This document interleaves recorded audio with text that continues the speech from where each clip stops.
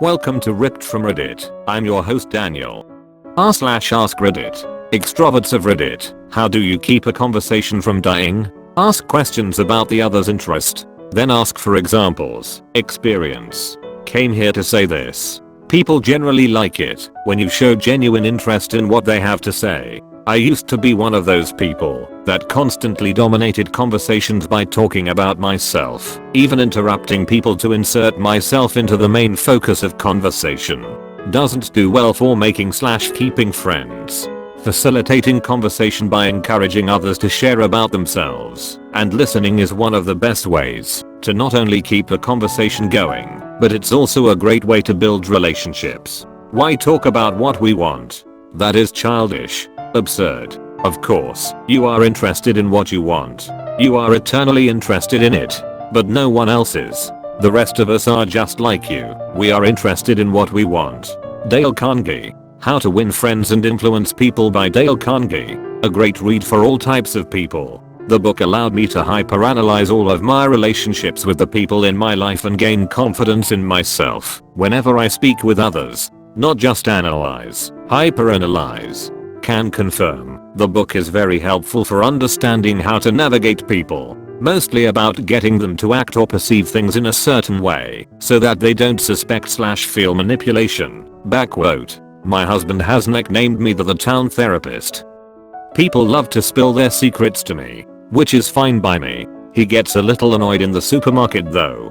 It's all because I ask how their day is, and they tell me their grandmother's boyfriend's nephew's son is running off to California to join some rock band and doing drugs, and before you know it our checkout time is 45 minutes deep. Sorry honey. The trick is to talk to an extrovert. They keep the conversation alive for you. You're not lying. My best friend is an extrovert, and he can talk. Not a dull moment with him. I have a friend like that. I get 3 words in edgewise, and I'm good for the next half hour. I need this thread going as my conversations always end up in awkward staring.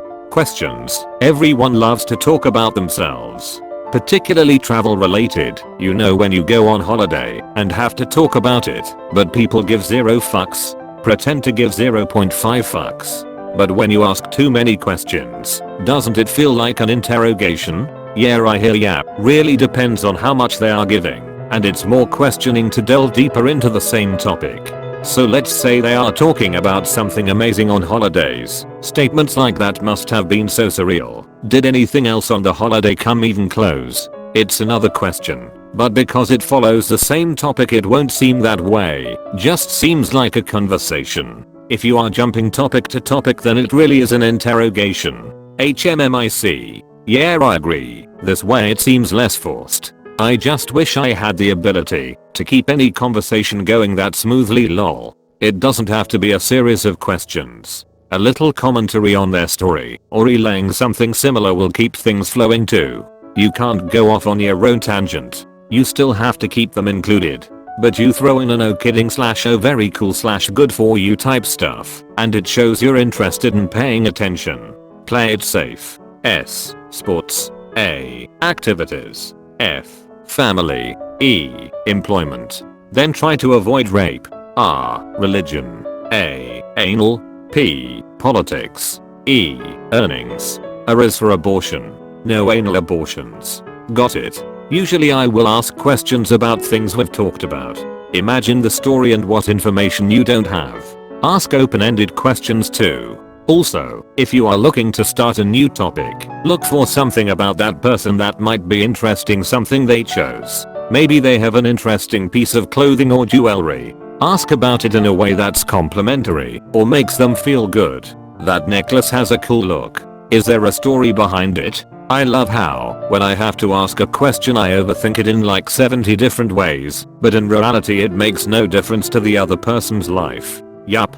And, if conversation really stalls out, I will either talk about or ask them about favorite foods or meals recently cooked or enjoyed. Unless they are very sick or something. Everybody eats. You shouldn't be afraid to let silence sit for a while. If there's nothing obvious left to say, give everyone time to mull over what's been said thus far, then shift to a new conversation topic. But after 20 to 30 minutes, the awkwardness does set in. One trick is to tell them stories that don't go anywhere, like the time I caught the ferry over to Shelbyville. I needed a new heel for my shoe, so I decided to go to Morganville, which is what they called Shelbyville in those days. So I tied an onion to my belt, which was the style at the time. Now, to take the ferry cost a nickel, and in those days, nickels had pictures of bumblebees on them. Give me 5 bees for a quarter, you'd say. Now where were we? Oh yeah, the important thing was I had an onion on my belt, which was the style at the time. They didn't have white onions, because of the war. The only thing you could get was those big yellow ones. Now, my story begins in 1942. We had to say Dickaty cause that Kaiser had stolen our word 20. I chased that rascal to get it back, but gave up after Dickaty 6 miles. Sometimes conversations aren't worth keeping alive. I wish I was that conversation. Ask open questions. They can't be answered by yes or no. Who? What? When? Where? Why? Use the information from these questions to keep the conversation going.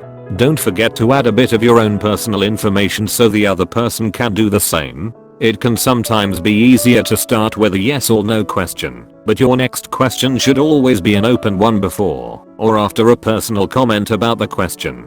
Here is an example. Do you like to travel? I love to travel. Where do you go on vacation? I have never been there. Why do you like it? etc. I find why to be a very useful question in the right circumstances. Sometimes people will give you half-baked answers, not because they are trying to hide something, but because they might not feel like they have the time to think through the question, to answer it at length. In these cases, I will pause and say, why? The pause doesn't have to be very long, 1 or 2 seconds at most, but it lets people feel comfortable with a slow down pacing conversation, so they can think about it and let the conversation pause on their end. I find that a lot of people are willing to talk about feelings and ideas that are usually kept to themselves if you ask them directly. This can quickly create a sense of intimacy because you're getting them to reveal parts of themselves that they may usually reserve for family and friends. Alcohol.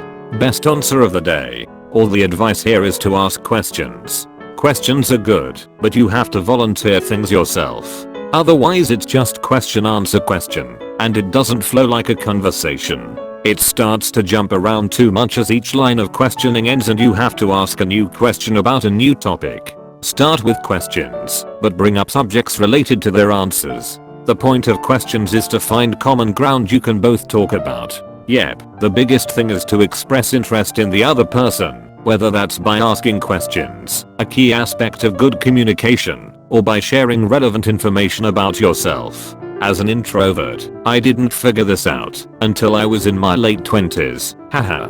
But with a little practice I've come a long way, to the point now that I've been told by multiple people that I'm charismatic and a good conversationalist. So there is hope. I'm no extrovert, but one thing I try is finding an interest and consistently asking questions about that thing and acting genuinely interested. People love talking about their hobbies and interests and you don't have to do much of the talking.